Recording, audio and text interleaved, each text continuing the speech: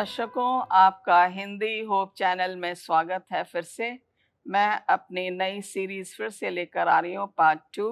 पहला पार्ट जो था मेरा नया जीवन था और दूसरा पार्ट भी नया जीवन है और इसमें हमारे 13 भाग होंगे।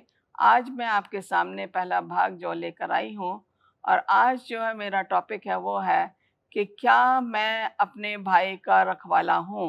आइए प्रार्थना करेंगे छोटी सी। हे हमारे स्वर्गीय महान परमेश्वर, हम तेरे पास आते हैं। हमारी प्रार्थना को सुन, अपने वचन मेरे मुंह में डाल ताकि लोग इस वचन को सुने और समझें और तेरे नज़दीक आने वाले बने और नए जीवन की ओर आने वाले बने। प्रार्थना करते हैं हमारे दर्शकों के लिए, उनको भी आशीषित कर। यही हमारी प्रार्थना है, सुन ग्रहण कर, आमीन। क्या मैं अपने भाई का रखवाला हूँ, ये आज का टॉपिक है। और उत्पत्ति की पुस्तक में अगर देखा जाए तो यहाँ पे पहला आदमी आदम था, पहली स्त्री हवा थी, पहली आज्ञा परमेश्वर ने दी थी कि तुम उस पेड़ के पास नहीं जाना, और बागे अदन में ये लोग रहते थे। पहली शादी जो है वो उत्पत्ति में दिखाई गई है, पहले और दूसरे अध्याय में। पहला घर जो है वो आदन की वाटिका थी और पहला पाप जो है हवा ने किया अदन की वाटिका में, परमेश्वर की आज्ञा का उल्लंघन किया। फिर हम देखते हैं पहली मृत्यु जो है वो भी हम उत्पत्ति की पुस्तक में देखते हैं। और पहली कुर्बानी जो परमेश्वर ने करी आदम और हवा को ढकने के लिए, वो भी परमेश्वर ने की, जो कि जाहिर होता है मेमने को, और मेमना यीशु मसीह को जाहिर करता है। पहली वर्शिप उपासना जो है वो वहीं पे हुई। और पहला मर्डर, पहले जो कत्ल हुआ है वो कैन ने अपने भाई का कत्ल किया। और इस तरह से पहली शाप जो है आदम को मिली। ये चीज़ें जो हम देख रहे हैं, पहला हर चीज़ जो है पहली तरह यहाँ पे हमने पुस्तक में देखा है। और आज हम ये देखेंगे कि कैन कैसे कह रहा है कि मैं अपने भाई का रखवाला नहीं हूँ। आप लोग बड़े अच्छी तरह से जानते हैं कि हवा और आदम को जब उन्होंने पाप का आज्ञा का उल्लंघन किया तो उन्हें वाटिका से बाहर जाना पड़ा। और जब वो बाहर आ जाते हैं तो उनके 2 बच्चे होते हैं। बड़े वाले का नाम कैन है और छोटे वाले का नाम हाबिल है। तो उत्पत्ति उसके 4थे अध्याय का आज हम अध्ययन करने वाले हैं। और यहाँ पे हम देखें कि कैन जो है एक किसान का काम करता है। उसका पिता जो है किसान का काम करता था, खेती बाड़ी करता था, वहाँ से फल खाने का बीज और खाने के लिए सामान जो से सब्जियां फल अपने खेत से मिलती थी। और कैन ने अपने पिता की जो चीज़ थी उसको अपनाया। अगर हम देखें हाबिल को, उसका इंटरेस्ट जो था वो भेड़ बकरियों में था। वो चरवाहे का काम करता था और उसे भेड़ बकरियों से बहुत ज़्यादा प्यार था, इसलिए जो है वो उसने भेड़ बकरियों के काम को चुना। जब हम देखते हैं कि दोनों भाई बड़े अच्छी तरह से बड़े हो रहे थे, परमेश्वर के अनुग्रह उनके ऊपर था। माता पिता जो थे उन्होंने उनको अदन की वाटिका में जैसे उनको परमेश्वर ने उनकी सृष्टि की उसके बारे में बताया होगा, मैं सोचती हूँ। और उन्होंने उनको बताया होगा कि किस प्रकार उन्हें अदन की वाटिका से बाहर निकाला गया और किस प्रकार जो है परमेश्वर ने अदन की वाटिका पे पहरा लगा दिया। ये सारी तालीम जो है आदम और हवा ने दोनों बच्चों को दी और इनको मालूम था कि परमेश्वर के लिए कुर्बानी ले जाना बहुत ज़रूर है। हम देखते हैं कि यहाँ पे लिखा हुआ है नीति वचन उसका 16 अध्याय और 25वीं आयत में लिखा है, एक ऐसा मार्ग भी है जो हमें सही जान पड़ता है, लेकिन उसका परिणाम जो है वो बुरा होता है। यहाँ पे हम देखें कैन और हाबिल को बड़ी अच्छी शिक्षा दी गई उनके माता पिता द्वारा। और हम देखते हैं कैन ने जो है फार्मिंग या किसानगिरी करी और दोनों को जो है परमेश्वर के सामने अपनी अपनी भेंट लानी थी। अगर हम देखें तो ये भेंट जो परमेश्वर इनके लिए ये लेकर आए, कैन जो है परमेश्वर के लिए अपने खेत में से फल सब्जियां जो सबसे अच्छी थी उसने वो छांट के लाया। और फिर हम देखते हैं हाबिल, उसके पास भेड़ बकरियां थी और उसने सबसे अच्छी भेड़ चुनी जो कि देखने में एकदम तंदुरुस्त थी और उसमें कोई बीमारी नहीं थी, कोई दाग नहीं था। वो भेड़ जो है वो परमेश्वर के लिए लेकर आता कुर्बानी करने के लिए। और जब वो कुर्बानी करने के लिए लाता है तो परमेश्वर ने हाबिल की कुर्बानी को एक्सेप्ट कर लिया। अब हम देखते हैं कि एक बच्चे की कुर्बानी को एक्सेप्ट किया गया और दूसरे की नहीं एक्सेप्ट की गई। अगर हम देखें बागे अदन में जो है पहली कुर्बानी दी गई और पहली कुर्बानी देने के बाद ही, जो कुर्बानी का मतलब है वो लहू को जाहिर करता है और वो मेमने का लहू जो है हमारे पापों को जो है माफी देता है। ये हमने देखा था, इसलिए पहली कुर्बानी बागे अदन में दी गई और उनको जो है आदम और हवा को वो कुर्बानी करके वो मेमने के जो है खाल से उनको ढका गया। केन जो है उसने इस बात को रियलाइज नहीं किया। उसने ये सोचा कि मेरे पास सबसे अच्छी सब्जियां हैं, फल हैं, मैं यही जाके परमेश्वर को जो है मैं भेंट चढ़ाऊंगा। लेकिन हाबिल ने ये सोचा कि मेरे लिए, जो उसने उसका विश्वास परमेश्वर में था, उसको उसके माता पिता ने बताया था दोनों बच्चों को कि परमेश्वर को भेंट लाने का मतलब है हमें कुर्बानी देनी जरूरत है। अगर जब हम कुर्बानी देंगे तो हमारे पापों की क्षमा हमें मिल जाएगी। केन ने इस चीज पे कोई गौर नहीं किया। हम देखते हैं कि केन जो है उसकी कुर्बानी जब एक्सेप्ट नहीं गई, ग्रहण नहीं की गई, तो हम देखते हैं कि क्या होता है, वो जाता परमेश्वर के ऊपर, उसको बहुत ज्यादा गुस्सा आता है और इतना ज्यादा गुस्सा आता है परमेश्वर उसके पास आता है। यहाँ पे देखेंगे कि तब यहोवा ने कैन से कहा तू क्यों क्रोधित हो रहा है। बड़े प्यार से परमेश्वर ने बोला तू क्यों क्रोधित हो रहा है, तेरे मुंह पर उदासी क्यों छा गई। जब हम देखते हैं कि हमारे मुंह पे उदासी छा रही है, इसका मतलब हमारा मन सही नहीं है, हमारा दिमाग सही नहीं है और हमारे अंदर की भावनाएं जो हैं वो अलग अलग तितर बितर हो जाती हैं। यहाँ पे है परमेश्वर कह रहा है उत्पत्ति 4 अध्याय की 7वीं आयत में, यदि तू भला करे तो क्या तेरी भेंट ग्रहण ना होगी, और यदि तू भला ना करे तो पाप का द्वार पे छिपा रहता है और उसकी लालसा तेरी ओर होगी और तुझे उस पर प्रभुता करनी पड़ेगी। हम यहाँ देख रहे हैं परमेश्वर कह रहा है कि अगर तू अपनी भेंट लाता जैसे हाबिल लेकर आया है तो तेरी भेंट भी स्वीकार की जाती। और मैं सोचती हूँ कि परमेश्वर ने उसको बताया कि अगर अभी भी अगर वो उसकी भेंट लाता है तो परमेश्वर उसकी भेंट को स्वीकार कर लेगा।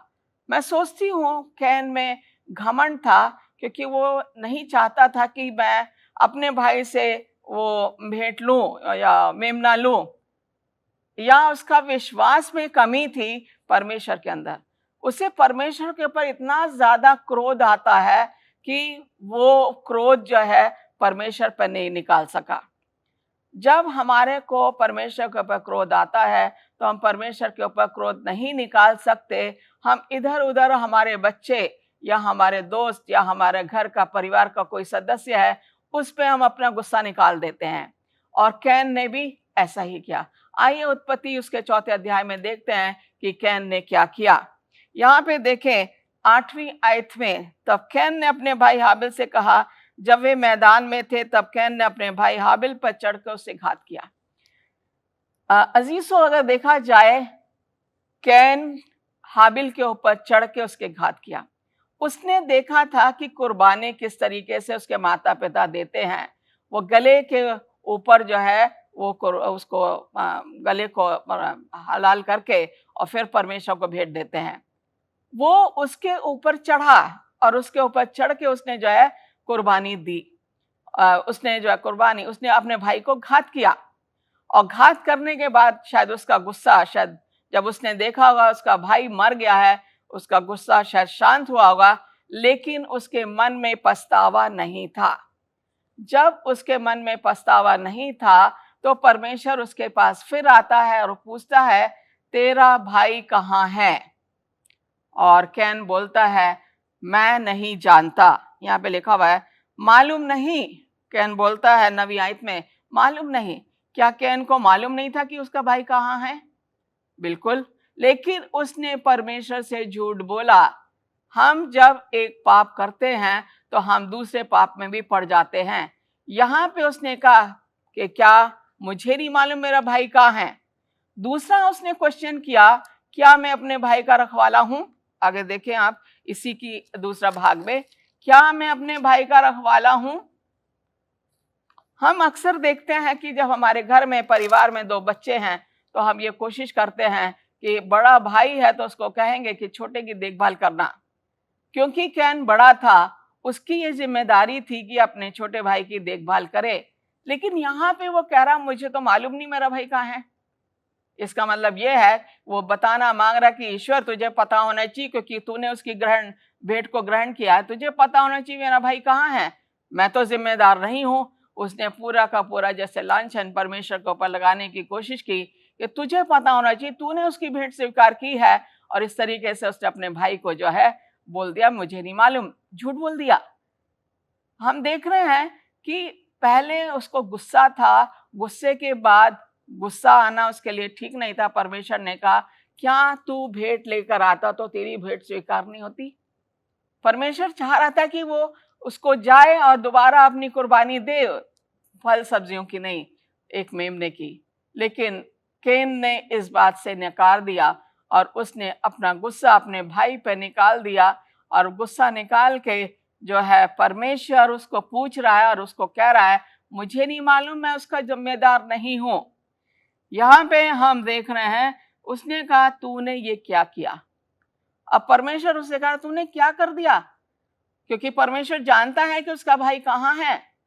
अगर मेरे बड़े बेटे को अगर मैं कहूँ तुम्हारा भाई कहाँ है तो वो मेरे बेटा को जो है वो बताएगा कि मम्मी वो वहां पे है। लेकिन यहाँ पे कैन कह रहा मुझे नहीं मालूम, झूठ बोल रहा है। उसको मालूम है कि उसने क्या किया है, उसको ये भी मालूम है कि उसने क्या गलती की है। जब हवा और आदम ने गलती की थी तो वो छिप गए थे और परमेश्वर ने कहा तू कहाँ है? उसने कहा मैं तेरी आवाज सुन के डर गया था तो मैं छिप गया।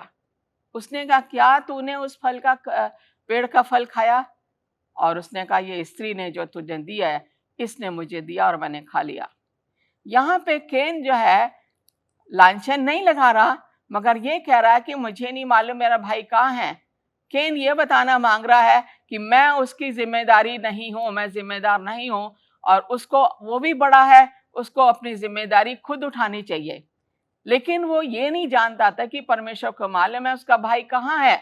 और यहाँ पे हम देखते हैं आगे उत्पत्ति 4 अध्याय में कहते हैं 10वीं आयत में उसने कहा तूने ये क्या किया। अब परमेश्वर उसे बताना मांग रहा है कि तूने क्या गलती की है। तेरे भाई का लहू भूमि से मेरी ओर चिल्ला के मेरी दुहाई दे रहा है। वो जमीन जहां पे कि कैन ने फल सब्जियां पेड़ पौधे और बीज वगैरह उगाता था घर के लिए खाने के लिए, उसी भूमि में उसने अपने भाई का कत्ल कर दिया। और वो खून उस जमीन पे बह रहा था, अपने भाई का खून जो है उसने बहाया और गलती कर। परमेश्वर कह रहा है तेरे भाई का लहू भूमि पर चिल्लाकर मेरी दुहाई दे रहा। मेरी दुहाई का मतलब अजीजों ये है कि हाबिल का खून न्याय मांग रहा है परमेश्वर से।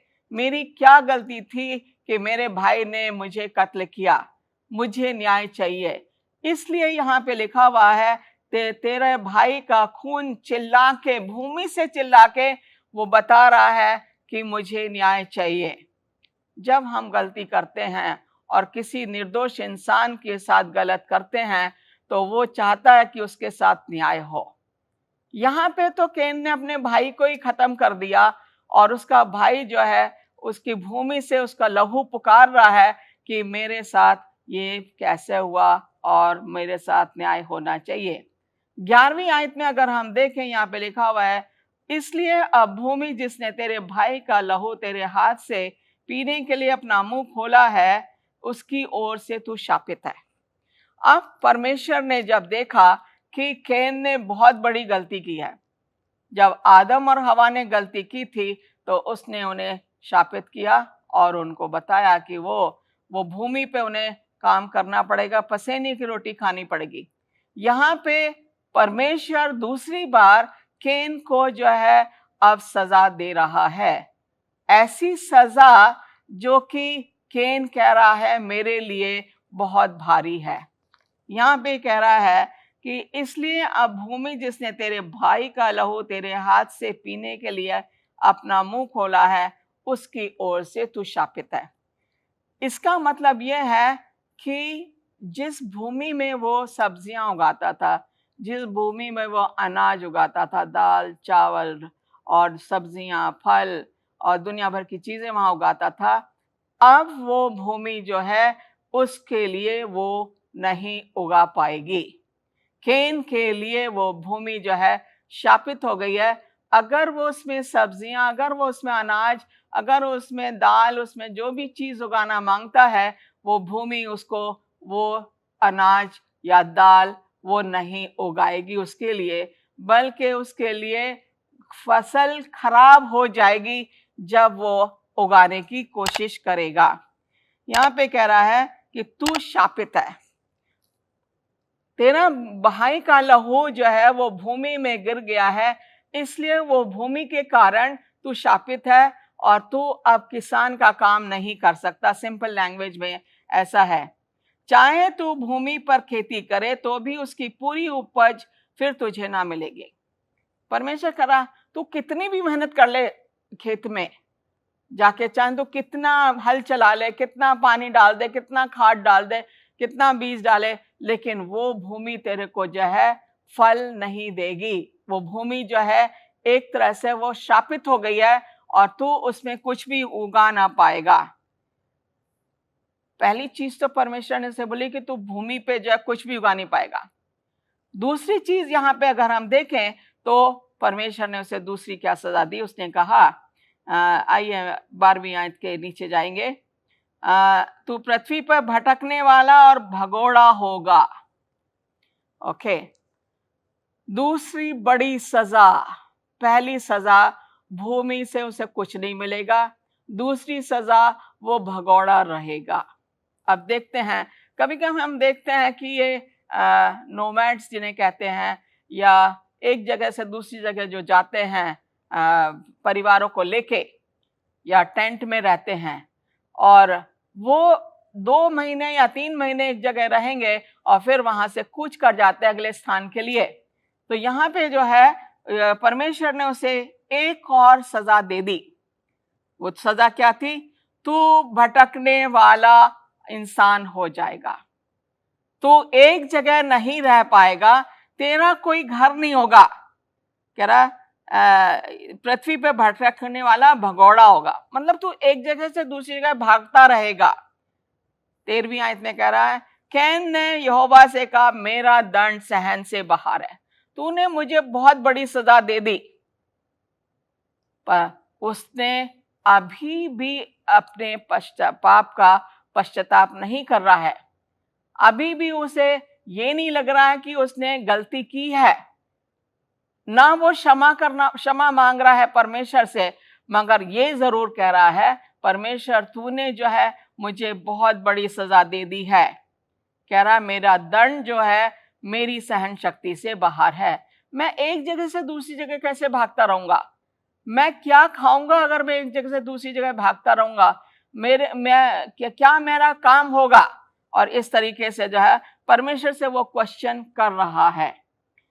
फिर यहाँ पे कह रहा, देख तूने आज के दिन मुझे भूमि पर से निकाला है और मैं तेरी दृष्टि की आड़ में रहूंगा और पृथ्वी पर भटकने वाला और भगोड़ा रहूंगा, जो कोई मुझे पाएगा घात करेगा। अब केन को लग रहा है कि उसे जो भी देखेगा उसको मारेगा। हम देखते हैं कि अक्सर लोग जब जाते हैं और ऐसे लोग एक जगह से दूसरी जगह लोग जाते हैं, उन्हें काफी परेशानियों का सामना करना पड़ता है। एक तो मैं जाऊंगा, तेरी नजर से हट जाऊंगा, तेरे सामने नहीं आऊंगा, लेकिन लोग जब मैं एक जगह से दूसरी जगह जाऊंगा तो वो मुझे क्या करेंगे? मेरा घात करेंगे, मुझे मारेंगे।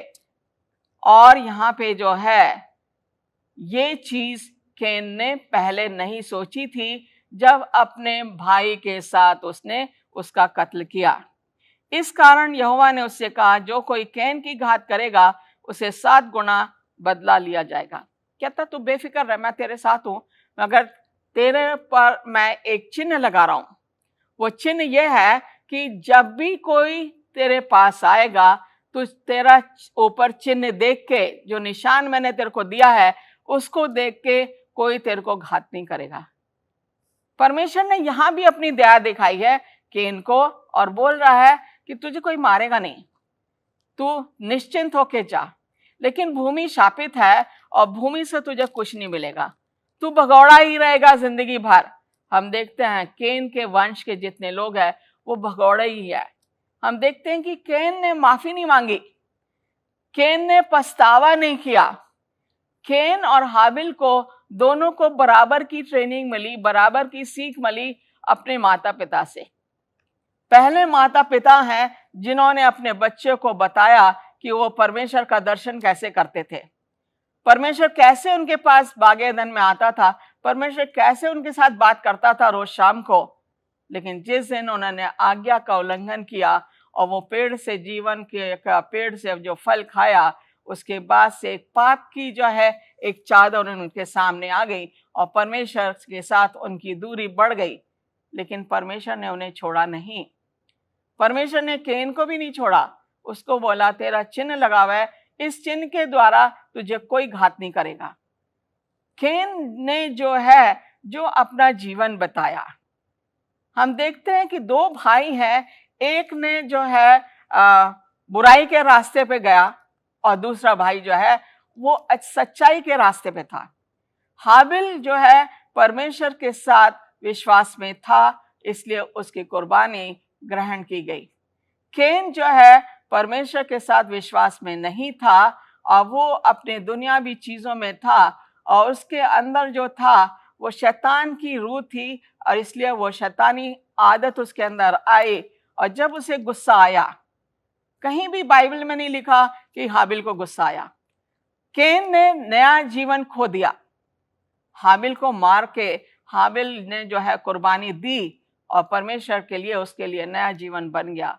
2 भाई, एक ने जीवन खोया और एक को जीवन मिल गया। 2 भाई, एक शैतानी रास्ते पे चला और दूसरा जो है परमेश्वर के रास्ते पे चला। ये भाई जो है ये कह रहा है कि एक मार्ग ऐसा है जिसको हम सोचते हैं कि वो अच्छा है, लेकिन उसका प्रतिफल बुरा है। कैन का प्रतिफल बुरा ही निकला क्योंकि उसने नया जीवन खो दिया। इस संदेश को सुनने के लिए ईश्वर आपको आशीष दे। अगले भाग में फिर मिलेंगे।